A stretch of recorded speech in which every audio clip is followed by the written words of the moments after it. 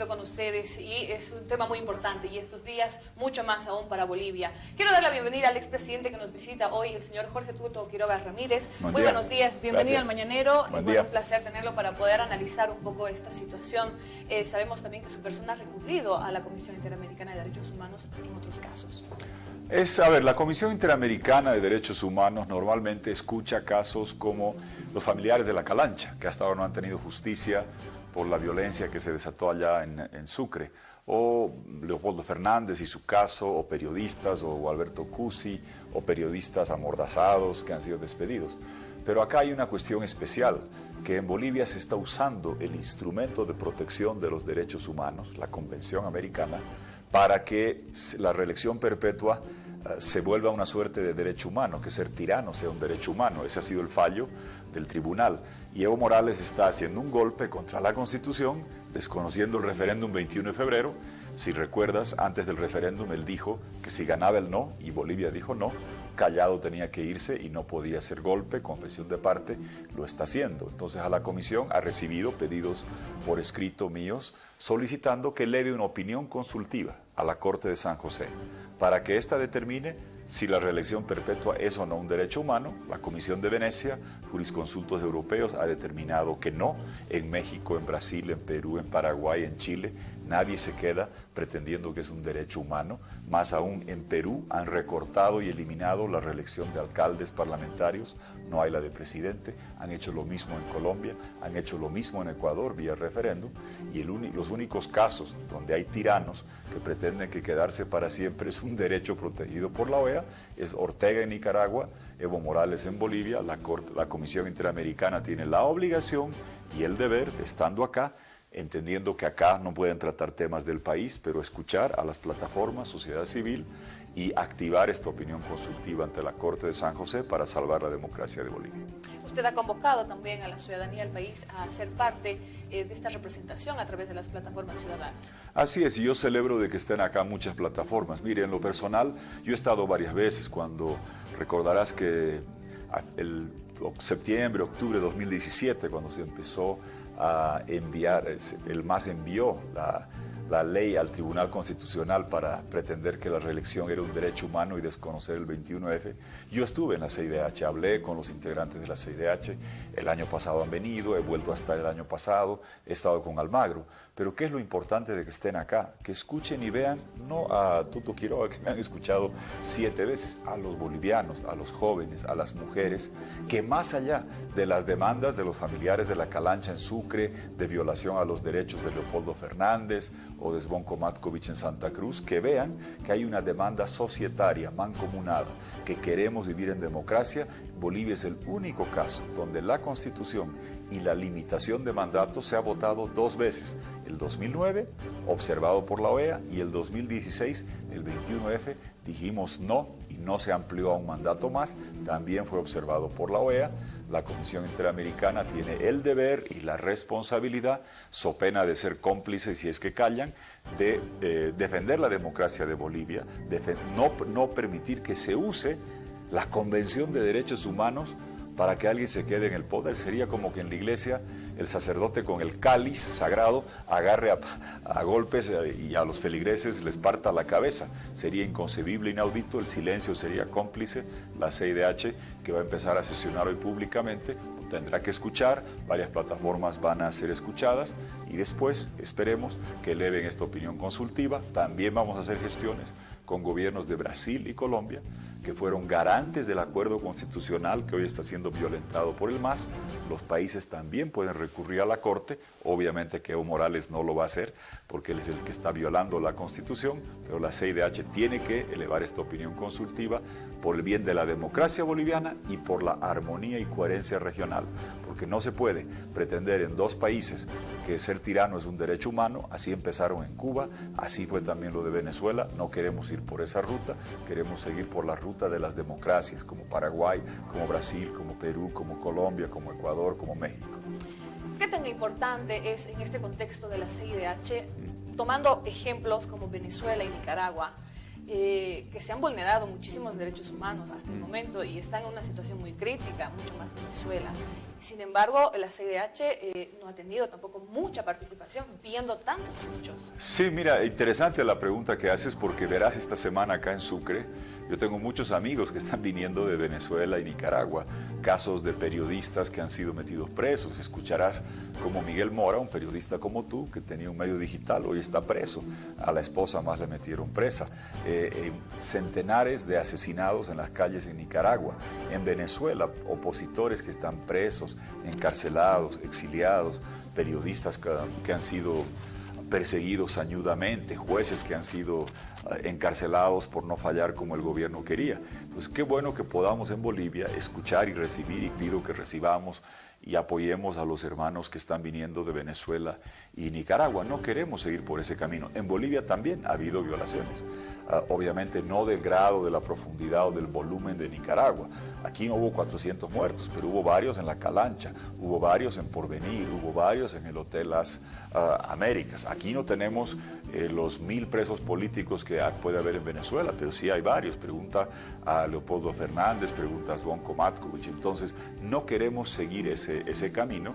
Y señalas algo que es importante. En Venezuela y Nicaragua, la CIDH llegó tarde. Es como el hospital con el mejor equipo y los mejores médicos que solo hace autopsias y solo se dictaminan o pronuncian informes o dan medidas de protección, medidas cautelares, al que ya está preso, al que está enterrado, al que está exiliado.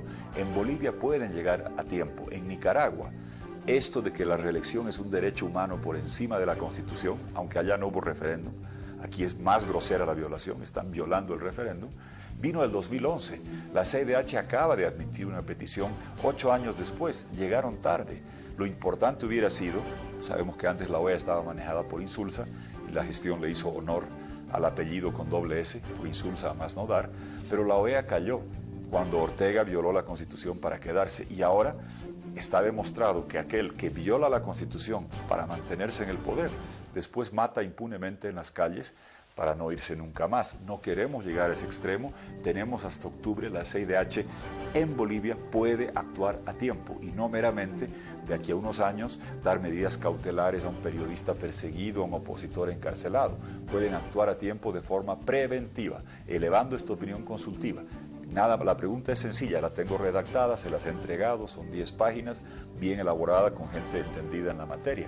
La consulta es la reelección perpetua un derecho humano? Claro que no lo es, para que la Corte de San José dictamine y ese fallo será vinculante, obligatorio cumplimiento para Evo Morales y él no puede ser candidato porque es un golpe a la democracia y un desconocimiento al 29.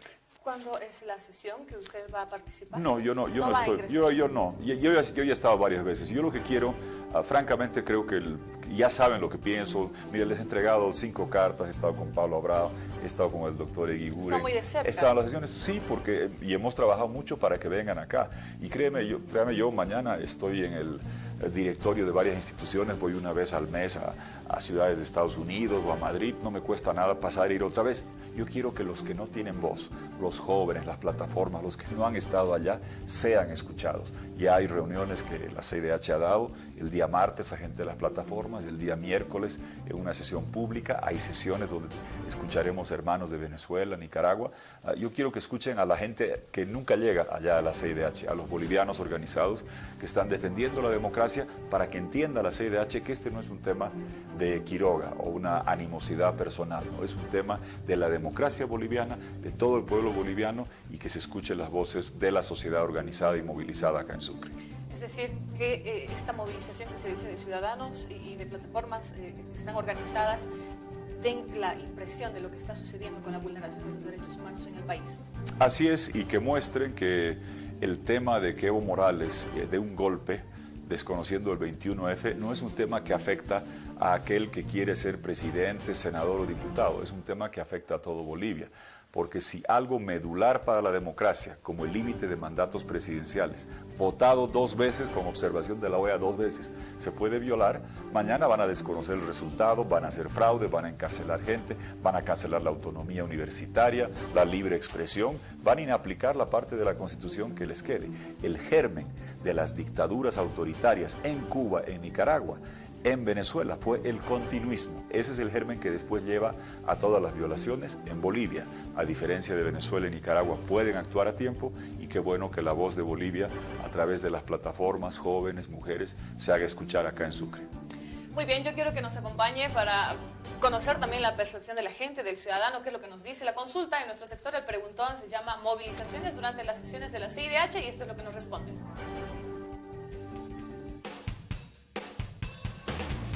No creo, porque más al contrario, debería darse todo el apoyo me habla usted de la Comisión Internacional, ¿no? Y ver más bien la posibilidad de que esta comisión haga una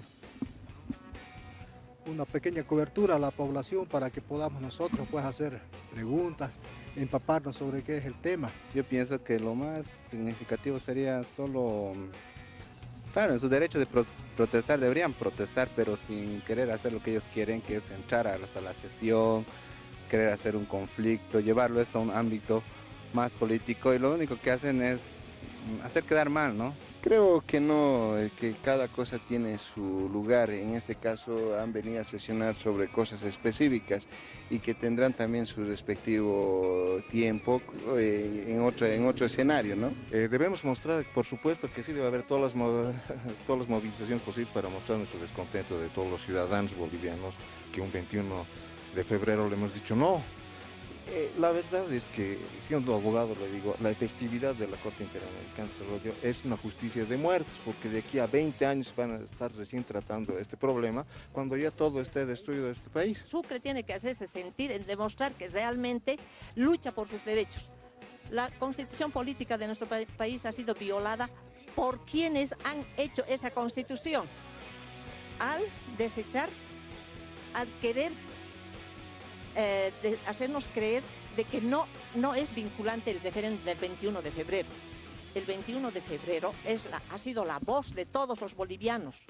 Todos hemos dicho que ya no queremos más a Evo Morales ni a García Linera en la presidencia. Les hemos dicho basta después de tantos años de injusticias y de corrupción que hemos tenido que soportar.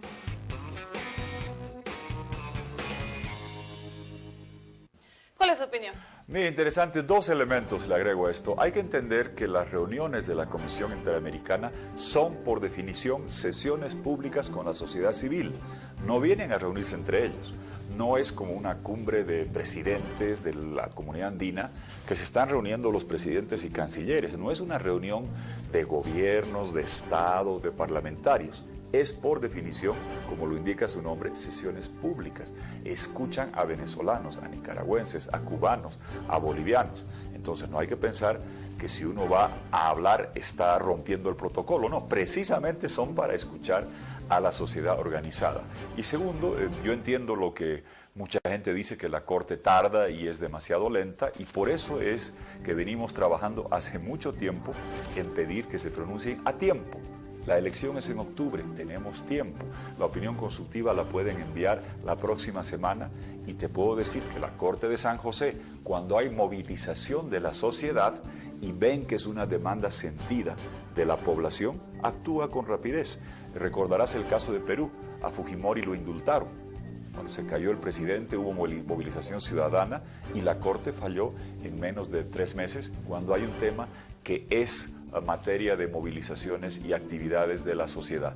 Entonces tenemos el derecho a hacernos escuchar, son sesiones públicas, estarán las plataformas, no es ninguna incomodidad, es la naturaleza de la reunión, y mientras más nos movilicemos, más rápido actuará el sistema interamericano para, como dijo ese señor, que no nos hagan la autopsia a la democracia cuando hubiera periclitado, sino que preventivamente hagan que se respete el voto del 21F antes de octubre, elevando la opinión consultiva a la Corte de San José. Ya para concluir y de forma puntual, ¿cuáles son los instrumentos de la CIDH para cuando da un fallo y qué hacen para que se acate? A ver, la CIDH, para que entendamos, la comisión es una suerte, y la comparación no es válida, pero más o menos para que la gente entienda. Es como la Fiscalía y la Defensoría del Pueblo combinada. La Corte de San José son los jueces. ¿Qué se pide? Que haga la demanda a la comisión, la opinión consultiva, que eleve. Está redactada, la voy a volver a tuitear, está hecha, la van a entregar también las plataformas, y que la comisión envíe esto a la Corte.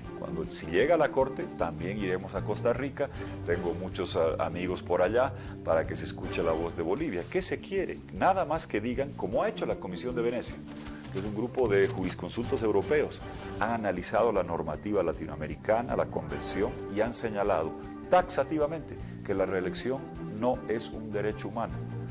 Se la limita en México, en Brasil, en Perú. Lula, 2 mandatos en Brasil, se fue a su casa. Uribe, 2 mandatos, se fue a su casa. En Colombia la han acortado, en Ecuador la han acortado.